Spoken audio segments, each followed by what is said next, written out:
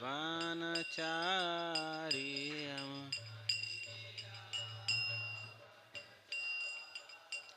जमुना तीरा वनचार्यम्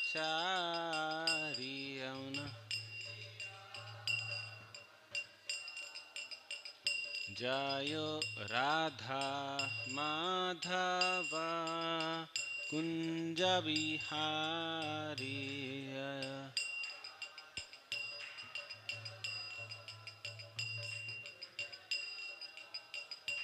जय गोपी जना वल्लभा गिरिवरधारी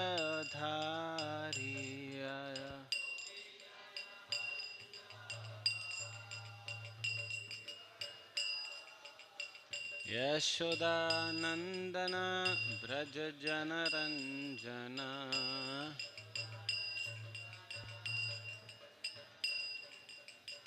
जमुना तीरा वनचार्यम्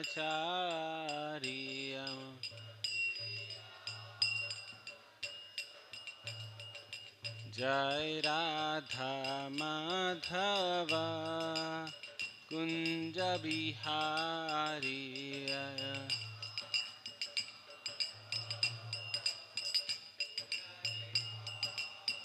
जयो राधा माधव कुंज बिहारी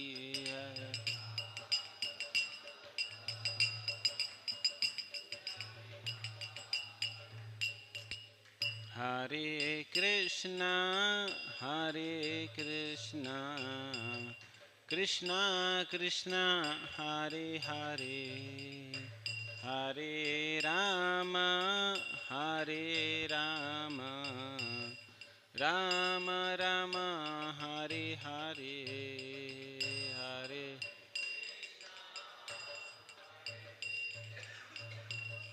कृष्णा कृष्णा हरे हरे हरे राम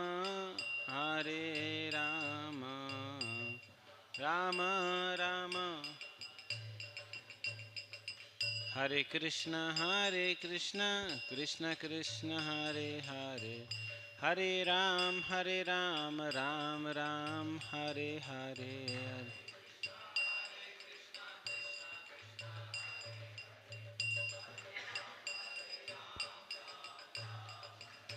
हरे कृष्णा कृष्ण कृष्ण हरे हरे हरे राम राम राम हरे हरे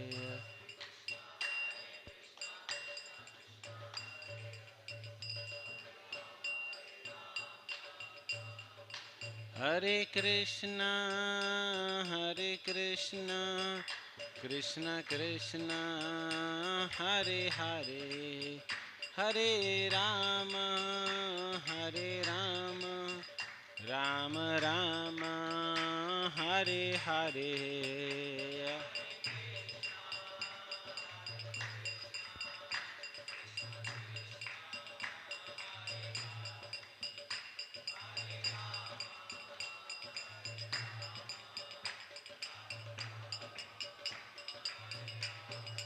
जय प्रभुपदा प्रभुपदा जय Prabhupada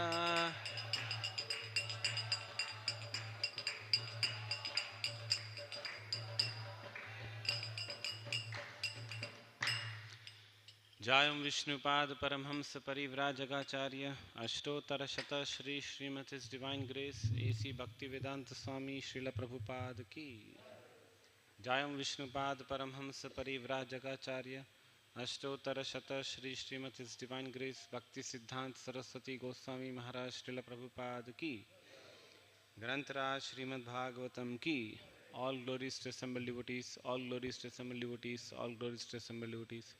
All glories, all glories, all glories to Sri Guru and Gauranga. Om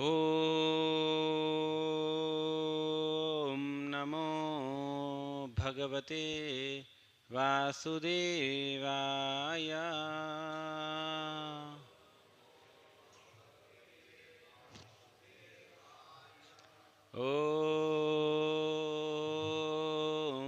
नमो भगवते वासुदेवाय।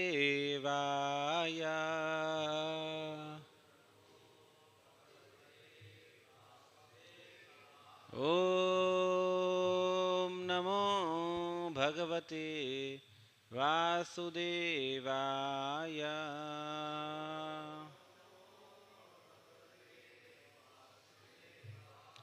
नारायणं नमस्कृत्य नरं चैव नरोत्तमं देवीं सरस्वतीं व्यासं ततो जायमुदीरये। नष्टप्रायेषु अभद्रेषु नित्यं भागवत सेवया भगवतीरुत्तमश्लोके भक्तिर्भवति नैष्टिकी। कृष्णाय वासुदेवाय देवकी नंदनाय च नंदगोपः कुमाराय गोविंदाय नमो नमः। Hare Krishna. This morning we are discussing from Srimad Bhagavatam, Canto 4, entitled The Creation of Fourth Order, Chapter 28, Puranjana becomes a woman in the next life, Text 41. Sakshat Bhagavata Uktena Guruna Harina Nrapa Vishuddha Jnana Deepena Spurata Vishvato Mukham Sakshat Bhagavatoktena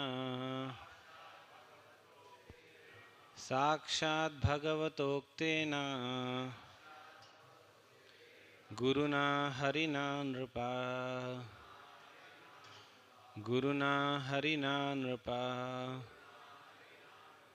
Vishuddha Jnana Deepena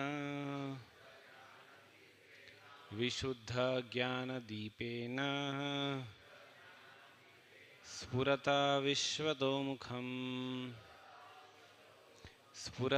Vishvato Mukham Sakshat Bhagavatoktena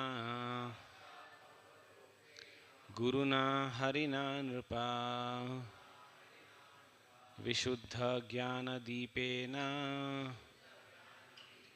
Spurata Vishvato Mukham Sakshat Bhagavatoktena Guruna Harina Nrapa Vishuddha Jnana Deepena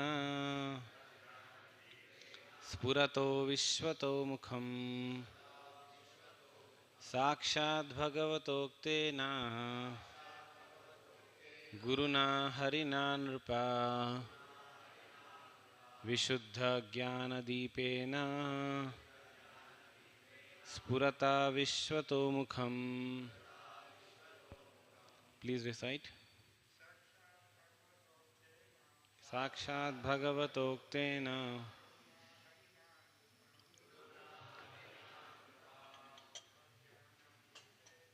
Vishuddha Jnana Deepena Vishvato Mukham. Sakshat Bhagavatoktena Guruna Harina Nrapa Vishuddha Jnana Deepena Spurata Vishvato Mukham. Sakshat Bhagavatoktena Guruna Harina Nrapa Vishuddha Jnana Deepena Spurata Vishvato Mukham. Anybody from Vaishnavis? Sakshat Bhagavatoktena Guruna Harina Nrapa Vishuddha Jnana Deepena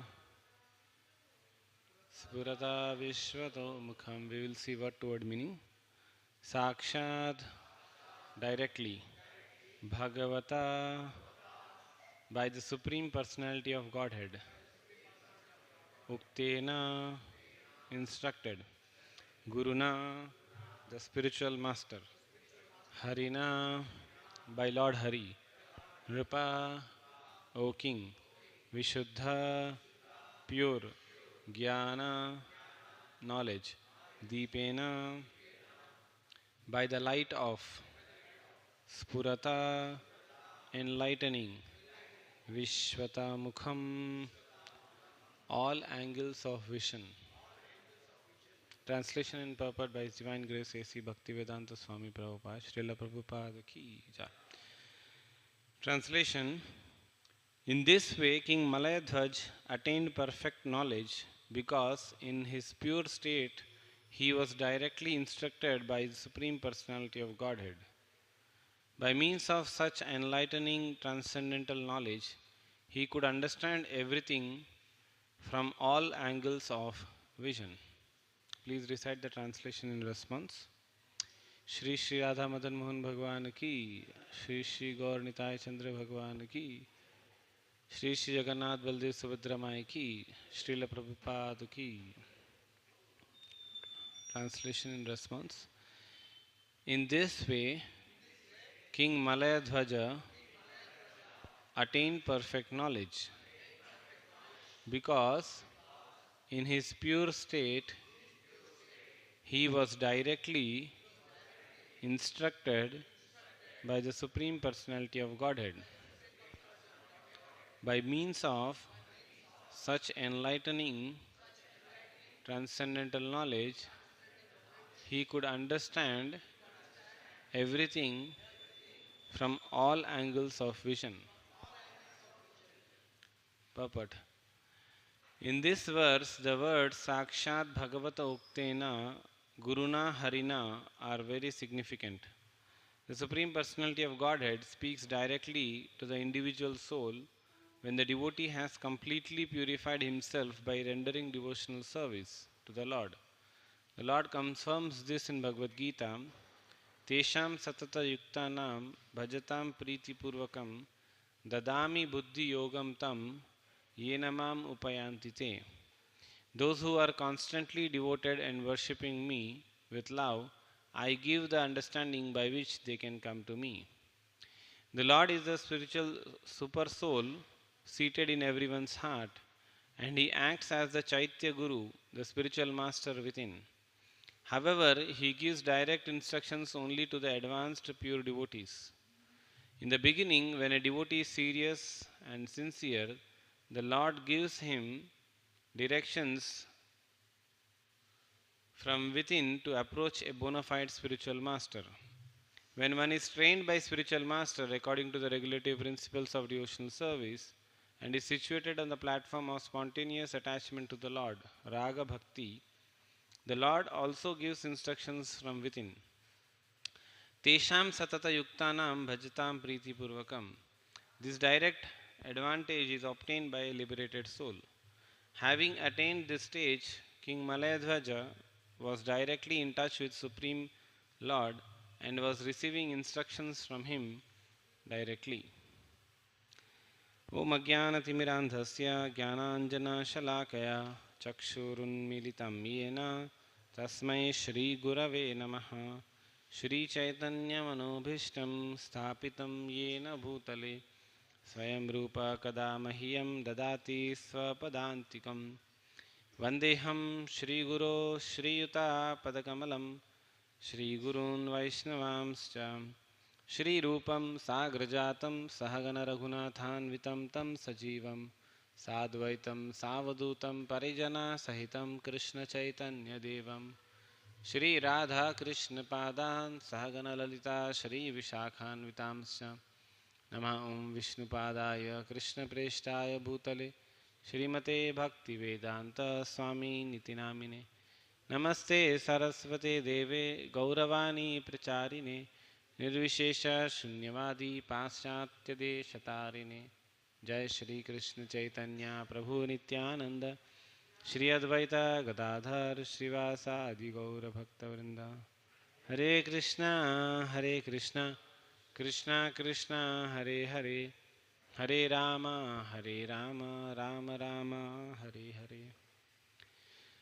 Hare Krishna. First of all, I seek blessings of all the devotees, in particular His Grace Anandmaya Prabhu. So in this context of Srimad Bhagavatam, in this chapter, in the first section of this chapter, we have seen how Puranjana, being attached to his wife, became a woman in his next life, and was born as daughter of King Vidarbha and got married this King Malayadhwaja. So in the purports and from Bhagavad Gita we understand that whatever consciousness we have at the end of our life makes the greater impact on what life we get next. Of course, definitely the way we live our life will lead us to a particular way, the way we live our life. The way you live our life will bring us to a point, the way you live your life. But nonetheless, the last portions of our life are still more very important. Just like we may be able to remember clearly what happened yesterday, little bit what happened day before yesterday, not what happened 5 years back, because the memory gets faded away. So that's why the human form of life is designed in such a way that as a person grows old, he crosses the stage of grahastha, vanaprastha, and then he takes sannyas. Because when you take sannyas, you don't have any other homely responsibilities, and you constantly think about Krishna and preach about Krishna, so that in the end of your life you will remember Krishna. So that principle was illustrated in this example, how Puranjana was very attached to his wife, and in the next life he became a woman. So not just this example, Bhagavatam gives few more examples also. Just like we know that there was a very great king called Bharata. And Bharata also wanted to take sannyas. He went to forest, did tapasya. But somehow or other he became attached to a deer. And in the next life, he became a deer because last few years of his life was full of deer consciousness. So he became a deer. Now, having realized his mistake, in the next life he became Jada Bharat and completely became liberated. So Bhagavatam gives examples of this principle called Yam Yam Vapi Sparan Bhavam Tyajanti Ante Kalevaram Tam Tam Evaiti Kaunteya Sada Tad Bhava Bhavitaha. So that was applicable to Puranjan also. Now in this particular section, that is second half of this story, is about a king called Malayadhwaja. Malayadhwaja was a very powerful king. He had several sons, thousands and thousands of grandsons. It's described in Bhagavatam that he had something like 7 sons or something. And then these 7 sons in turn gave like thousands and thousands of sons. So Malayadhwaja, after having seen that his life has in a way completed its purpose of being a king, of producing children. So the scriptures, specifically for those who are interested in karma kanda or karma, they give so many different goals in your life. You should achieve this, you should have children, then grandchildren, X, Y, Z. So he did all that and went and did tapasya. So interestingly, while he went for doing tapasya, his wife also very carefully followed the path of tapasya. Oftentimes in modern scenario, when there is so much of luxuries, if by chance a husband becomes aligned for doing tapasya, the wife will say, no tapasya for me. Wives sometimes are not very interested in doing tapasya. Anyways, here Malaya Dwaj was followed by his wife, and Malaya Dwaja did huge tapasya. Hmm? It's not that he did fasted on one Ekadashi, and he came to temple on a particular Janmashtami and did fasting. Not like that. Huh?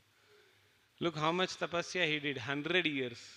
100 demigod years. 1 year of demigod is equals to 360 years here. Tell me in this modern times, how many of us will live even 1 year of demigods? Not possible. So he lived, not just lived, he lived for 36,000 years of tapasya. We don't even do tapasya for 36 years in our life. 336,000 years he did tapasya. And that tapasya was not normal tapasya. He just lived by bathing in rivers. There are holy rivers. By coming in touch, in contact of these holy rivers, a person also becomes purified. Generally, the idea of bath in the modern times is that you have very nice, luxurious bath. You have bathtub, you have like hot water flowing, and the whole experience is kind of very pleasurable. But if you go and take bath in a river, it is not. Of course, it is pleasurable for those who are tuned in that way, but otherwise, it is not so very pleasurable. You feel very cold. Like especially you go to holy rivers that flow in north. Like you go to Gangotri, Yamunotri, and you go and take bath there. How pleasurable it will be. Like in my lifetime, I was fortunate once to go to this place called Gangotri and Yamunotri both. Although Yamunotri is situated at little higher altitude, Gangotri is more cold. I don't know why, because maybe the origin is very near. And it was so extremely cold water that even to keep leg, it was so difficult for us. So when you take bath in holy rivers like this, you become purified of the concept that my body needs pleasure. If you go and take bath in a very extremely cold atmosphere, you become liberated from this concept that my body needs pleasure. Like that. So that's the reason why many people actually go to Himalayas. Like that. So Malaya Dhwaj took bath in these holy rivers and ate only that which was naturally available. Like fruits or underground roots. Because the moment you cook food, imagine when you cook food, the whole idea that you put into the food is that the food should be tasty. Is it not? Like for example, somebody cooks and he wants to eat. He will put all his idea and thought that the food should be tasty. But when you eat uncooked food, you have not put any idea or thought into that. You're just eating what nature has given. That purifies you. Like that. So in this way, he ate only what is naturally available. He bathed in holy rivers. And he did that for 36,000 years. And only when he did such a huge tapasya, he attained a liberated state where Lord Krishna is directly speaking to him. Like sometimes when we say that Krishna will directly speak to the devotees of the Lord, some people artificially think that, okay, I will come and do tapasya, chant Hare Krishna few years, and say, why Krishna is not speaking to me directly? You have not attained that state. It's not easy that Krishna will speak to anybody directly. Like when Dhruv Maharaj was very serious, I can relate this example to Dhruv Maharaj to some extent, because Dhruv Maharaj did tapasya only for 6 months, and here it is 36,000 years. So the difference is Dhruv Maharaj's intensity was very high. And not just high, it was accelerating. Because you will see that in first 1 month he ate only fruits. Next month he ate dried leaves. Next month he drank only water. And then only breathing. So his austerity was accelerating. So Dhruv Maharaj also did huge tapasya. So the whole idea is that anybody who comes to Krishna conscious and he becomes serious, in the sense that he starts chanting 16 rounds, follows the regulative principles, he should be willingly accepting tapasya. Because if you don't willingly accept tapasya, then Krishna consciousness does not move ahead. It becomes very frustrating. Just like in a vehicle, you will be able to relate to my example. If you are driving two-wheeler, if you drive a geared two-wheeler, you know that if you go at a certain speed, a particular gear is suitable. In the gear number 1, if you try to go at the speed of 25, no, it will be blocked. Then again you have to go at a higher gear. Similarly, in Krishna consciousness, the more speed you want to progress, the more tapasya you should be ready to accept. If you accept little tapasya, then your Krishna consciousness vehicle will go at a little lesser speed. If you want higher speed, you have to increase the gear. Then only you will be able to move swiftly. So Krishna consciousness means tapasya. Of course, we don't tell this to neophyte. For neophyte, we will say Krishna consciousness means Rasgulla. Right? But when you grow at a particular stage, since you are serious, you come to 16 rounds, you want to achieve Krishna's mercy, then we will say tapasya. Morning get up, eat only food which is recommended by Shastras, like that. So when we come to that stage where we are completely liberated, then Krishna speaks to us directly. Dhruv Maharaj, Krishna appeared to him. Narad Muni also, Krishna appeared. Although Narad Muni's tapasya was incomplete, but Lord Krishna saw that he was very serious, and that this was the time of the end of Brahma's day. Imagine Lord did not give darshan to Narad Muni.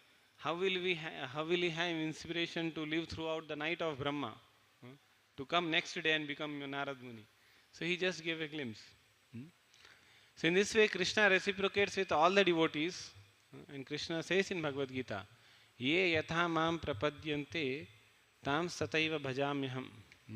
So the way you reciprocate with me, you surrender to me, I reciprocate to you.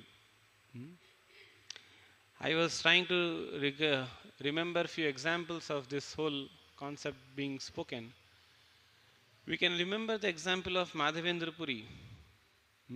Like Madhavendra Puri was such an exalted devotee that he used to constantly think about Krishna only. He would never think that I have not eaten. Like for example, when we are doing services also, we plan out, okay, my eating time, my food eating time is this. Madhavendra Puri was not even on that.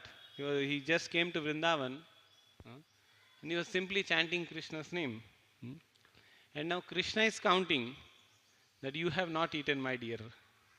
Right? So then Krishna comes with a pot of milk and he tells Madhavendra Puri that please have this pot of milk.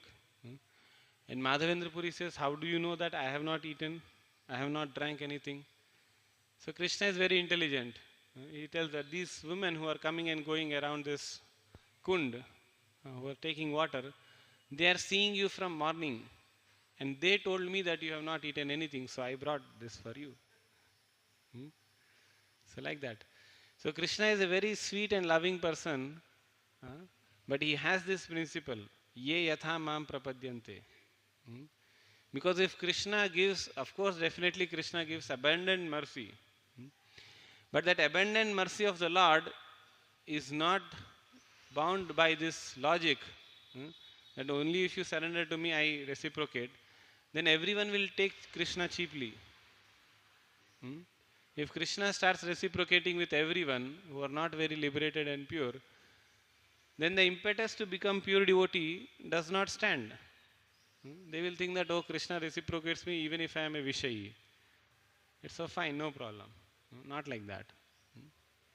So Krishna reciprocated with Madhavendra Puri, and Madhavendra Puri proved that he was worthy of such reciprocation. He went all the way walking from Vrindavan to Jagannath Puri to get sandalwood pulp. Imagine in anybody's time, we get a dream that Lord wants sandalwood. Suppose if any devotee practicing Krishna consciousness get this dream that Lord wants sandalwood, what will do? Immediately come to a shop, buy some sandalwood and offer to the Lord. We will not be so interested to go to the original source of sandalwood, bring it, churn it, offer it to the Lord. So the level of austerity we want to do in Krishna consciousness, not just level of austerity, willingly wanting to do, not forcefully. If you do an austerity forcefully, it becomes tapasya in the mode of passion or ignorance. Like if you go to Bhagavad Gita's 17th chapter, it speaks about various things in mode of goodness, passion and ignorance. So in the mode of goodness, tapasya is that tapasya which is willingly accepted.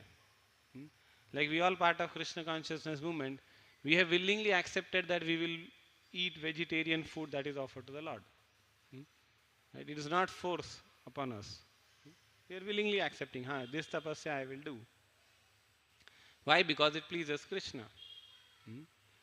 And this tapasya over a period of time also makes us detached from material things. So that's why tapasya is very, very important. So that's why there is tapasya in the beginning of life, tapasya in the end of life. And in the between of life is little sense gratification allowed for grihasthas. But otherwise, tapasya is the goal of life. That's what Bhagavatam 5th canto, 5th chapter, 1st verse says. This is Rishabhadev teaching to his 100 sons. Imagine somebody has 100 sons and he is speaking. Nayam deho deha bhajan loke kashtan kaman arhate vidbhujamye tapo divyam putra kayana sattvam shuddhet yasmat brahma saukhyam tvanantam. He is telling, don't end up your life just like cats and dogs. Why cats and dogs? Because these lower species of animals only always interested in sense gratification. You will never see that a cat and a dog will do tapasya. Like for example, in front of a cat, you put milk.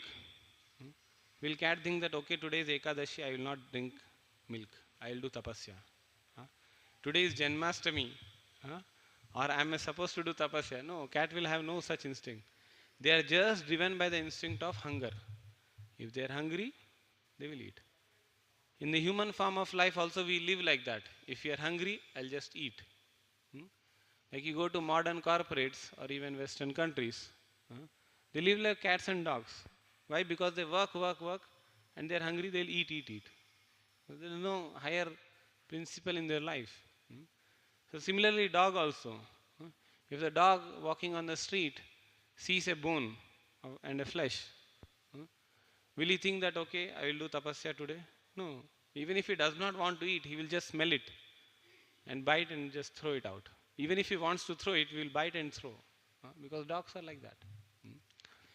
So here Rishabdev is telling, Nayam deho deha bhajan loke kashtan kaman arhate vid bhujamye. Don't live like cats and dogs, my dear son. Tapo divyam putra kayena sattvam. My dear children, do tapasya. By that what will happen? Tapo divyam putra kayena sattvam shuddhet yasmat brahma saukhyam tvanantam. By this you will get a transcendental knowledge by which you will attain everlasting bliss. Everlasting bliss. Brahma saukhyam tvanantam. So to attain that everlasting bliss, everyone has to undergo tapasya. Without tapasya, there is no transcendental knowledge. So there are few examples that Shastras give. Like you have a wooden stick. If the wooden stick is wet, you try to lit that wooden stick, it will light a bit and then again. You try to lit it again and again, it won't catch fire. Whereas a dried stick, like for example in the yagya, if you know, if a Brahmana performs yagya, he needs dried wood, dried stick wood. You lit a fire, it immediately catches fire. Because that fire, the wood has done tapasya of being under sun for a very long time. Then it becomes dried, then it catches fire. So this transcendental knowledge is like fire. And if you don't do tapasya, we are like wet woods. In the wet wood, no matter how much you try to put that transcendental knowledge, it won't go in. Whereas a person who has done lot of tapasya, you sit with him with scriptures, he will immediately catch fire. He will immediately become spurata. What is the word here used here? Last line. Spurata vishwato mukham. Transcendental knowledge enlightened from all angles of vision. Like if you read Vedanta Sutra and 6 systems of philosophies, every system of philosophy looks at a reality in a different way. Right? Of course, the ultimate of all systems of philosophy is Achintya Bheda Bheda, or the philosophy given by Madhvacharya and Ramanujacharya, according to the philosophy of systems. But still, one reality can be seen from different angles of vision. And he got enlightened from all this philosophy very quickly, because he has done a lot of tapasya. So in this way, in Krishna consciousness movement, our tapasya has reduced to a lot. Nobody says that, okay, Prabhu's 36,000 of years. Where are we? Nowhere. Or even, we are not telling that every day you have to take bath in rivers. Like how often in Krishna conscious devotees do we take bath in rivers? Only when we go in a holy pilgrimage, once or twice in a year. That too, it is like a specialized event. Bath in a Ganga. And we go to Mayapur or go to Vrindavan and there is a specialized event like that. But we don't take bath as in taking bath like that. So our austerities are already reduced to a lot in Kali Yuga. Because Prabhupada so many times said that this Kali Yuga, the austerities of Goswamis are not meant at this age, because the time and age has changed a lot. So for us, austerity is very simple. Chant 16 rounds, follow 4 regulative principles, come for Mangalarti, eat food which is offered to the Lord, follow Ekadashis. All this is mentioned in previous purports, Prabhupada has mentioned. So if you do this much, even if you do not attain Sakshat Bhagavatoktena, of course, definitely anybody who reads Bhagavad Gita, it is Sakshat Bhagavatoktena only. If you read Bhagavad Gita, it says, Shri Bhagavan Uvacha, Asochayananda Sochasvam Pragyavadamsya Bhashase, Gatasuna Gatasumsya Nanu Shochanti Panditaha. So this is Krishna only speaking. Directly we will get the teachings of Krishna. And if we follow this simple process of Krishna consciousness, we will also attain that stage where Krishna is directly instructing us. I'll just speak one last example of Prabhupada's life himself. So we all know that Prabhupada met his Divine Grace Bhaktisiddhanta Saraswati Maharaj in 1932, right? 1932 or 1922, sorry. 1922 he met and 1933 he got initiated, something like that. So Bhaktisiddhanta Saraswati Maharaj, as his guru, he instructed, preach Krishna consciousness in West. Of course, so 1965 Prabhupada went to America, 66 he established in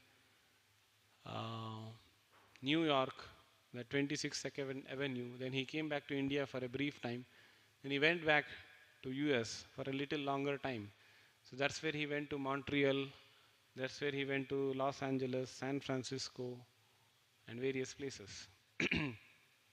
Now after opening this temple of Rukmini Dwarkadish in Los Angeles, and one fine day Prabhupada said that the Rukmini Dwarkadish, Krishna, instructed him to come to India and preach. Right? If you go read Leelamris very carefully, you will see that Prabhupada disciples have recorded this statement that Prabhupada told that Rukmini Dwarkadish has instructed me to go back to India and preach. Because Prabhupada got instruction preach in West. So Prabhupada was like, do hell with India, right? I'll go and preach in West. And Prabhupada was quite very successful in US. If you see 1972-73 records of GBC's meetings, there are almost 40 temples and each temple had like 50-60 brahmacharis in America, not in India, America. And America that time was hugely flourishing with Krishna consciousness. And Krishna is telling him that you will preach in India.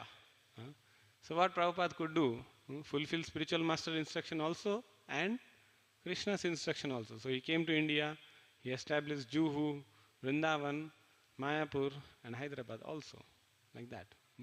So at an advanced stage, you can get directly instructions from Krishna also. But now can we say that, okay, Krishna instructed me, I'll go to West and preach. He may not survive in the Western world of influence. So in an advanced stage, a devotee can directly relate with Krishna's instructions and become enlightened. That is also possible. So with this, I would like to conclude today's discussion on Srimad Bhagavatam.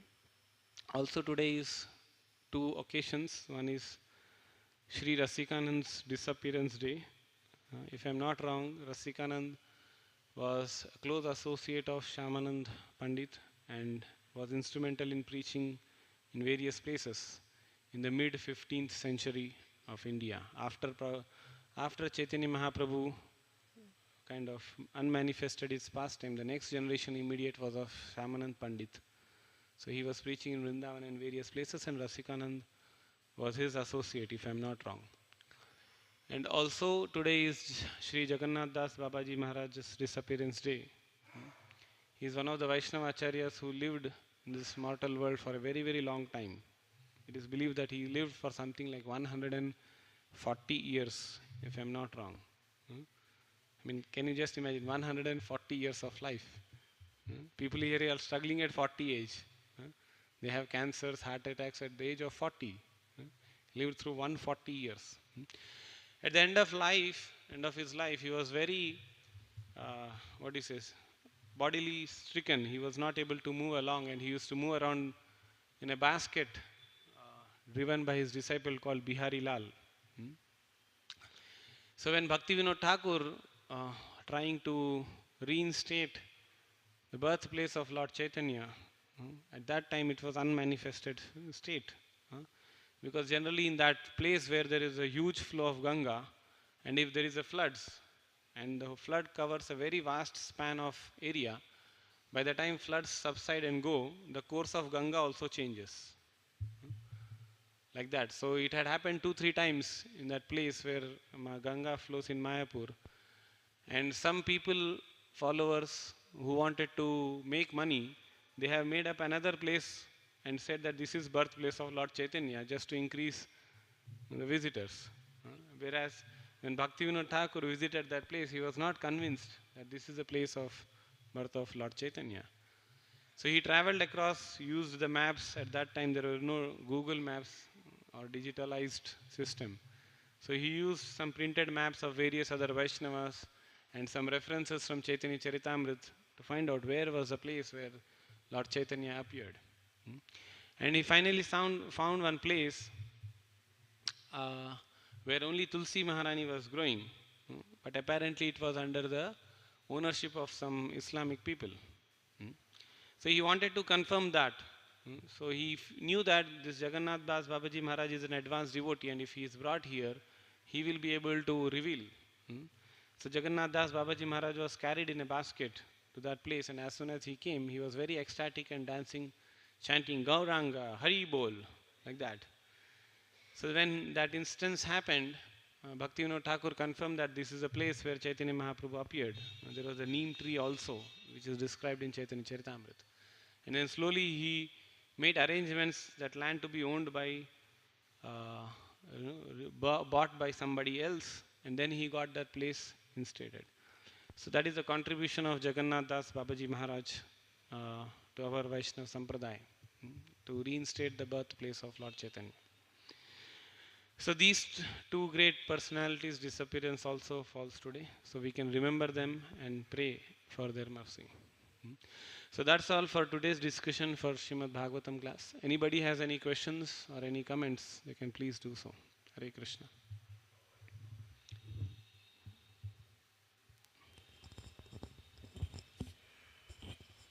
Thank you, Prabhu. Nice class. Very simple English and very clearly mentioning about that. Only couple of comments I have. When you are talking about Madhavendra Puri, I remember as a Kirchor Gopinath's pastime. So he was exalted. Not only that he was hungry as given, but he felt that when the kheer was given to the Lord's, he wanted to taste it before it is offered, and he felt it is an offense and he walked away. But Krishna realized.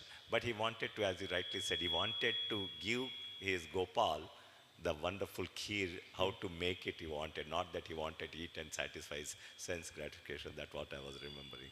And then you know that Gopinath has put Stolen one that kheer. kheer and stole and kept it in the night. He came in the dream and he goes and gives. It's a wonderful pastime about the devotee. And when you're talking about the cats and dogs, you are talking, I remember the Prabhupada saying, when he said, in Western world, normally the cats and dogs are much more better than taken care by the human beings, you can say.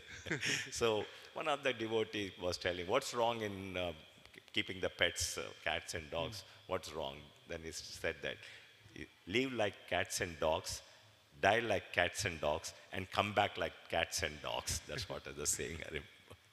These are the past tense. Wonderful. Thank you, Prabhu. Thank Hare you. Krishna. Hare Krishna.